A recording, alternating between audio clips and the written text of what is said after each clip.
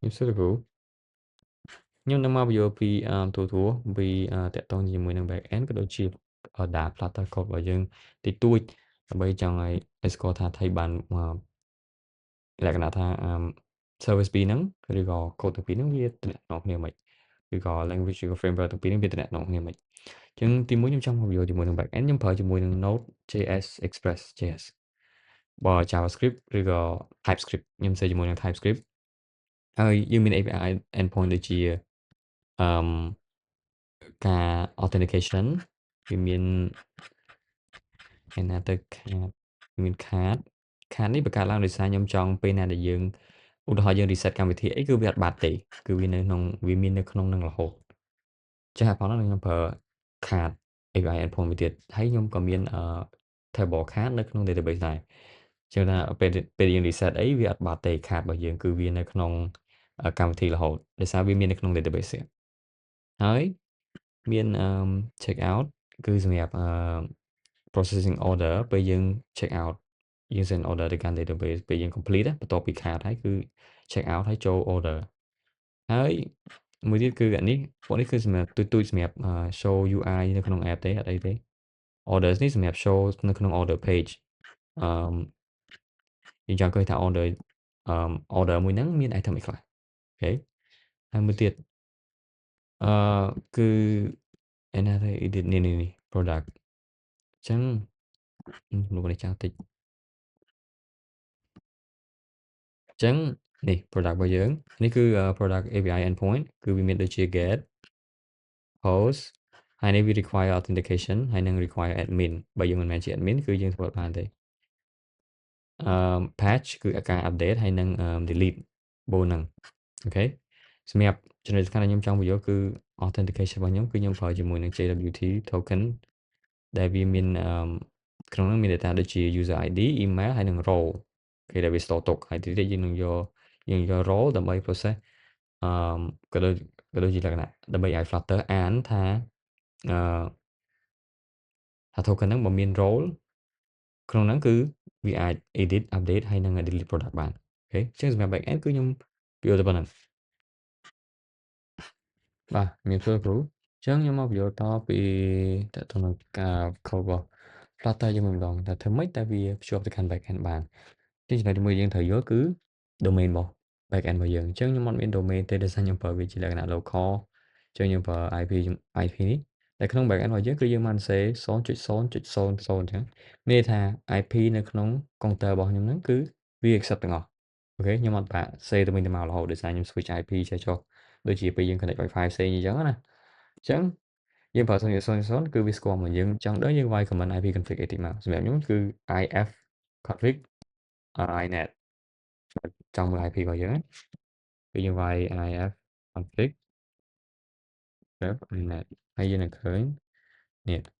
IP ដែលខ្ញុំកំពុង connect ទៅហ្នឹង port របស់វាគឺខ្ញុំកំណត់5500អញ្ចឹងអូខេ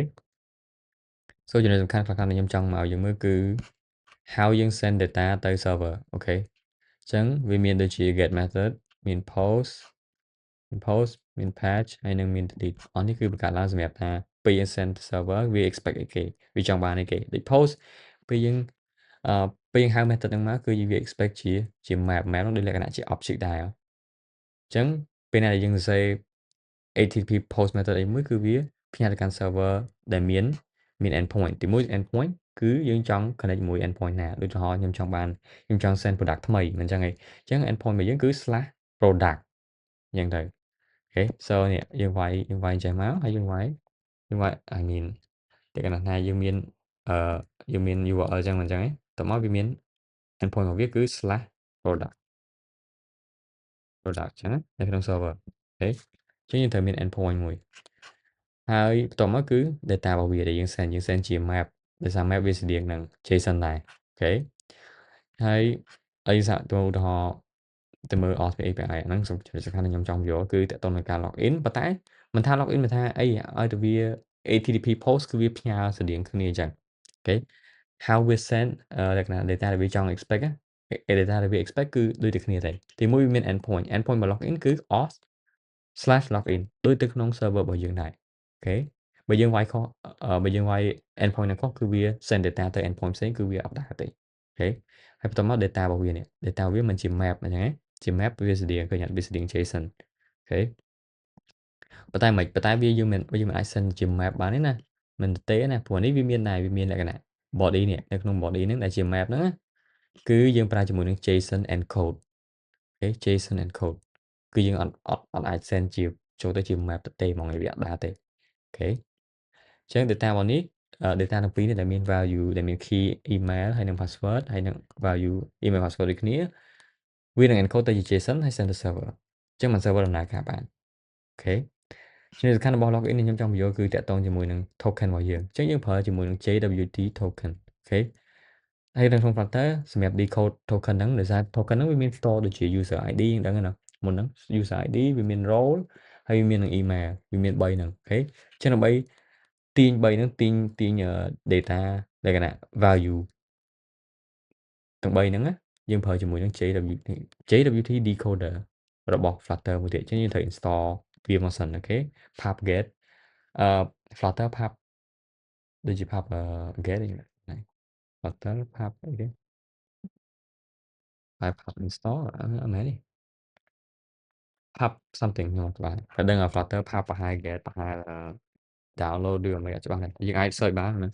ហើយយើងវាយ JWT decoder មកគឺវានឹង score គឺវានឹង download ហើយយើងអាចប្រើប្រាស់បានអូខេអញ្ចឹង JWT វាថាជា universal មួយដែលយើងបើ back end យើងប្រើ JWT អឺ front end របស់យើងពេលត្រូវការ decode អាហ្នឹងមកជា data ក៏យើងត្រូវការ JWT decoder ដែរសម្រាប់ process token ហ្នឹងអូខេអញ្ចឹងចំណុចពីរហ្នឹងគឺជាចំណុចដែលខ្ញុំចង់ពន្យល់ទូដោយសារវាសំខាន់អូខេហើយមួយទៀតគឺតាក់ទងនឹង admin ព្រោះក្នុងការ authenticate របស់យើងគឺយើងមាន role 2គឺខ្ញុំប្រើ role សម្រាប់ authentication ណាគឺ user ហើយនិង admin ហើយអឺសម្រាប់ function ហ្នឹងគឺខ្ញុំទុកនៅក្នុងstorage service.dat គឺនេះ is admin ពេលណាដែលយើង run function ហ្នឹង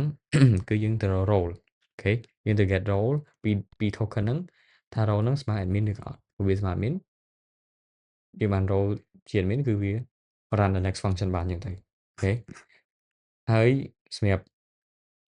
អឺកន្លែងនេះគឺវាមាន showcase នៅក្នុង dashboard មួយហើយចំណុច edit product នេះ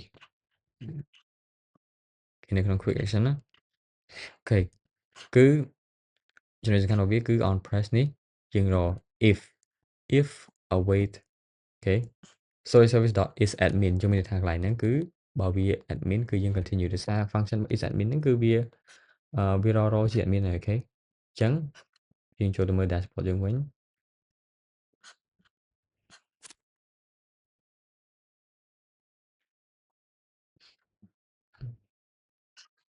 អូខេអញ្ចឹងបន្តទៀតសាខ្ញុំជាប់មួយតិចមិញយើងមកដល់នេះចំណុចនេះថៃវាដឹងថាជា admin ដោយសារ function is admin ហ្នឹងគឺវា return នេះគេវា return ជាប្រភេទ boolean អូខេវា return true អញ្ចឹងលក្ខណៈថាបើបើ function ហ្នឹងបើវា if true វាលក្ខណៈចេះយើង say ចេះ if វា true គឺយើង run function ហ្នឹង navigator.push ចូលទៅក្នុង admin page អូខេបើអត់ទេឲ្យវា return អីផ្សេងអញ្ចឹងទៅអូខេអញ្ចឹងអាហ្នឹងសម្រាប់ចំណុចសម្រាប់ admin ដែលខ្ញុំចង់បញ្ចូលអូខេហើយបាទសម្រាប់ code គឺមានតែប៉ុណ្្នឹងណាចំណុចសំខាន់ដែលខ្ញុំចង់បញ្ចូលគឺតាក់ទងនឹងកាន់វានិយាយគ្នាហ្មងទាំងពីរហ្នឹង framework ទាំងពីរហ្នឹងគឺតាម IP នេះតាម port ហ្នឹងហើយតាមfunction ទាំងអស់នេះដែលយើង send ជាប្រភេទ JSON ទៅដែលយើងប្រើជាមួយនឹង JSON នេះ JSON encode អូខេហើយជាមួយនឹង API ដែលយើងប្រើជាមួយ JWT decode សម្រាប់ទាញពី token ទៅជា value អូខេហើយជាមួយនឹងមួយទៀតគឺ admin ដែលយើងប្រើជាមួយនឹង function is admin ដែលយើងបង្កើតមកបើវា return true គឺយើងនឹង run function បន្ទាប់បាទមានតែប៉ុណ្្នឹងលោកគ្រូអរគុណច្រើនពីសួរលោកគ្រូចាំបន្ទាប់ពីការពន្យល់កូដជាមួយនឹង back end ហើយនឹង Flutter ដាតរបស់យើងហើយគឺយើងធ្វើមកកាន់ យើងមកមើលកាន់ការ demo កម្មវិធីវិញម្ដង So ការចាប់តាមរបស់កម្មវិធីនេះគឺវាចាប់ផ្ដើមទៅលើ login page យើងអាចមាន option សម្រាប់ register គឺនៅក្រោមនេះយើង click លើវាមកគឺវានាំយើងមកកាន់ register page យើងអាច register ជាមួយនឹង username email ហើយនិង password ហើយវានឹងទាញចូលទៅក្នុង database របស់យើងអញ្ចឹងយើងអាចបង្កើត register data ថ្មីមួយឈ្មោះឧទាហរណ៍យើងដាក់ឈ្មោះ su1423 អញ្ចឹងទៅ email របស់យើងគឺ su1423@gmail.com ហើយ password យើងដាក់ធម្មតាមក su1423 អញ្ចឹងទៅតមកគឺវាប្រាប់យើងថា registration complete successful ចឹងអញ្ចឹងយើងអាច login បាន su1423 តែសម្រាប់ការ login គឺវាយកតែ email និង password តែគឺអត់ត្រូវការ username ទេ password យើង type មកវា su su su 1423 123ចឹងឯងហើយយើងនឹង login តែសិទ្ធិរបស់យើងគឺយើងមានសិទ្ធិធម្មតាជា user តែអញ្ចឹងយើងអាចអឺមិនអាចលក្ខណៈថាធ្វើការ edit product អីបានទេអូខេតែឥឡូវយើងមកកាន់ UI របស់យើងសិនគឺវាមានtotal update វាដូចមានធម្មតាគ្រាន់តែវាជាការ upgrade តិចតួចដូចជាដំណើរការ UI អញ្ចឹងទៅមាន add to cart មានអីហើយមាន back end ដែលដំណើរការមួយអញ្ចឹងទៅជាងធម្មតា total up to date គឺយើងអត់ទាន់ទិញអីគឺថ្ងៃហ្នឹងអត់ទាន់មានអីទេអញ្ចឹងវានៅ0នៅឡើយ total order ក៏0 top selling item គឺនៅក្នុង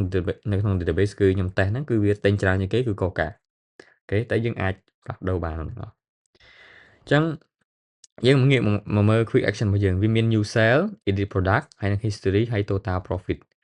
new sale គឺគ្រាន់តែយើងធ្វើការទិញអីវ៉ាន់អីមួយគឺបាទធម្មតាដែរហើយសម្រាប់ edit product គឺសម្រាប់តែ admin ទេ admin only ចឹងទីទៀតយើងខ្ញុំនឹងសាក log in ជា admin ដើម្បីធ្វើការតេស្តវាហើយ history គឺពេលណាដែលយើងទិញអីមួយក្នុង account ហ្នឹងបានវាមានហើយអានេះយើងទៅ register ថ្មីអញ្ចឹងវាអត់ទាន់មានអីទេបាទ total profit គឺអត់មានអីទេក្នុងហ្នឹងបាទហើយសម្រាប់ icon របស់យើងនៅលើនៅក្នុង app bar របស់យើងគឺមាន2មាន user icon ដែលនាំយើងមកកាន់ user detail ហើយនឹងយើងអាច click ទៅមើល order យើងបានហើយនឹងមាន log out មួយទៀតហើយបន្ទាប់មកនៅគៀងខាងស្ដាំរបស់ app bar គឺមាន icon card icon កន្លែងហ្នឹងគឺដែលយើង process order របស់យើងពេលយើងទិញពេលយើង add to cart គឺ item របស់យើងនឹងមកកន្លែងហ្នឹងបាទមុននេះខ្ញុំឃើញអីចម្លែកគឺខ្ញុំឃើញនៅក្នុង new sale របស់យើងគឺមានពាក្យថា now នៅក្នុងកន្លែង pineapple juice កន្លែងក្រោមហ្នឹងគឺជា category របស់វាអញ្ចឹងខ្ញុំសុំទៅកែនៅក្នុង database តិចអូខេខ្ញុំបានកែរួចហើយគឺខ្ញុំ add category ថ្មីដោយសារតែមុនហ្នឹងខ្ញុំមានតែ category តែមួយសម្រាប់ testing អញ្ចឹងខ្ញុំ click on new sale again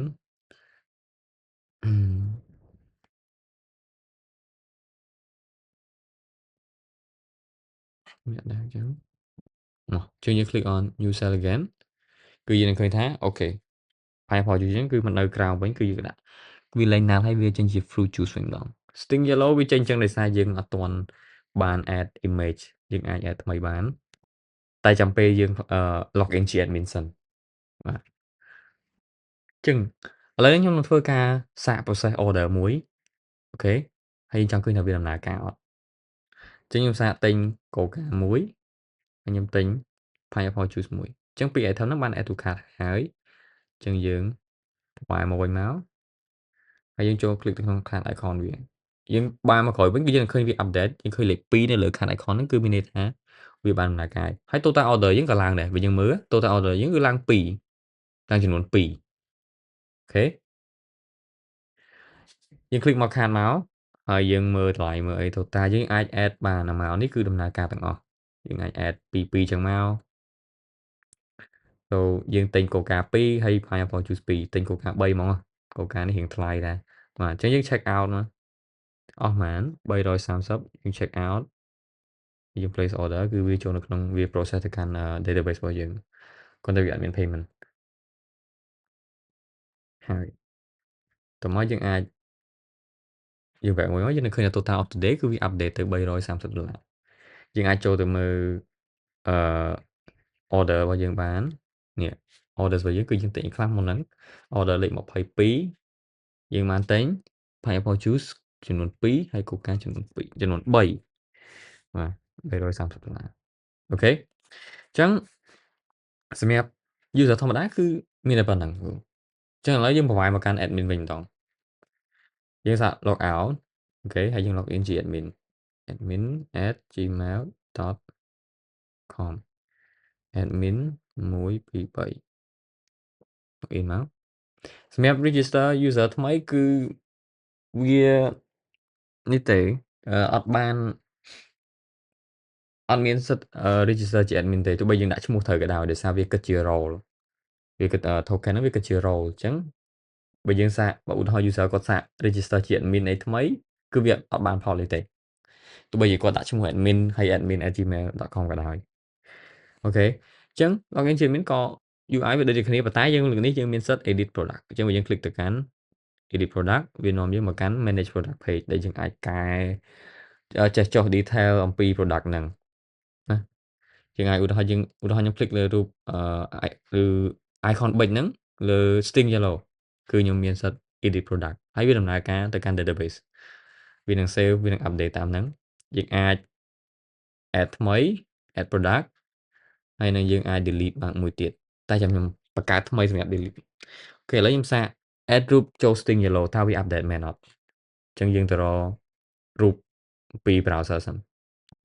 មកឥឡូវយើងយករូប string yellow មកគឺខ្ញុំចង់បានរូបទី2នេះឃើញវារៀងស្អាតដែរអញ្ចឹងណា